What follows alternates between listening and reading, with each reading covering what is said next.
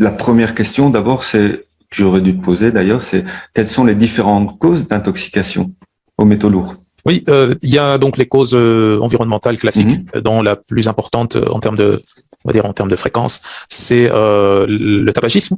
Ouais. Donc tout ce qui est intoxication au cadmium et accessoirement aussi à l'arsenic, mais pas que, parce qu'on a beaucoup des centaines et des milliers de composés toxiques dans le tabac.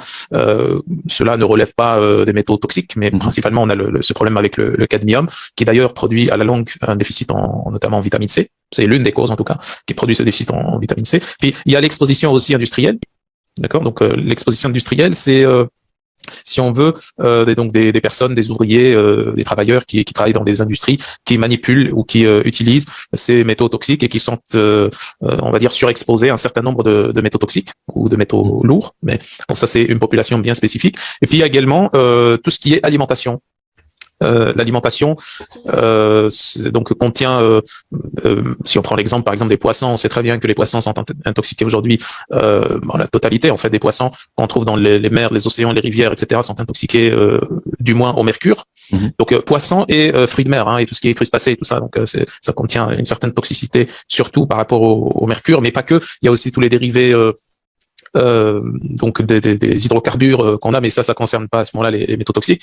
On a aussi les engrais, l'utilisation des engrais. Alors, ça dépend. Alors quand il s'agit par exemple du bio, c'est plus des engrais à base de cuivre.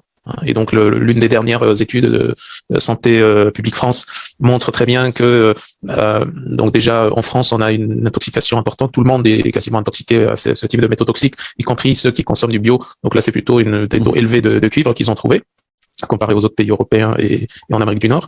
On a également donc les engrais qu'on utilise dans les modèles classiques d'agriculture, donc l'agriculture intensive aussi, où là on peut trouver aussi un bon nombre aussi de métaux toxiques également. Mis à part cela, on peut avoir aussi certaines médications qui contiennent aussi des métaux toxiques, comme ce qui est le plus répandu en fait, ce sont les antiacides qu'on utilise pour les stéroïdes, pas les IPP, mais les antiacides type par exemple l'hydroxyde d'aluminium.